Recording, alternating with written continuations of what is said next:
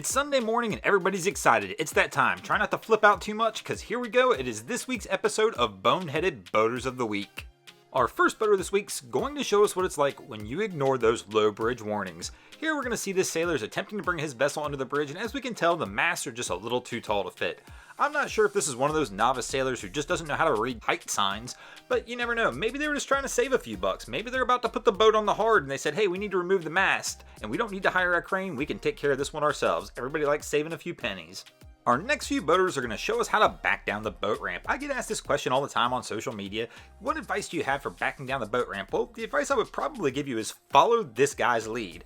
My man has an ingenious plan here where he goes ahead and backs his boat down the ramp, lines it up close enough with the dock, has the line out attached to a boat hook, and bam, is able to pull this away and let the boat basically dock itself. This is one of the most ingenious things I've ever seen. If you guys ever needed any advice on this, come back and refer to this video and watch my man do it again.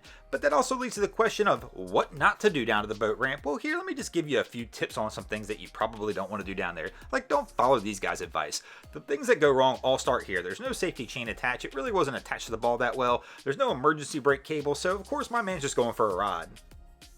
Speaking of how to do things on the water, another question I get asked all the time is about overtaking larger vessels on the water. One thing I'll never recommend doing is don't try and overpower the larger vessel. And if you do, definitely don't have everybody in the bow of your boat or you're going to experience something like this. But there are other ways to do it as well. You can take this guy's advice. Basically, just sit behind that larger vessel, keep honking your horn until you annoy the snot out of them. And maybe if you have a gracious, experienced boater in front of you, they'll kind of do something like this and get out of the way and let you go ahead and overtake them. Of course, you really got to be careful when you're doing something like this because a lot of the times you could get out of the channel a little bit and maybe wind up on a sandbar and have a little incident kind of like these guys are experiencing here. If you do see something like this happen, of course, wave to them as you pass them and let them know you're grateful for them getting out of your way so you can overtake that larger vessel.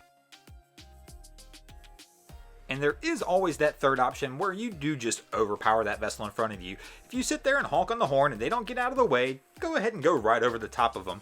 This is not usually the preferred method, but you know, that's one of those last resort methods if they're not following any of the other methods to let you get around them. I bet many of us right now feel like this next boater on our list who are super excited for the first ride of the season, and all of a sudden the crap hit the fan and nobody was able to go anywhere as we're all put on lockdown.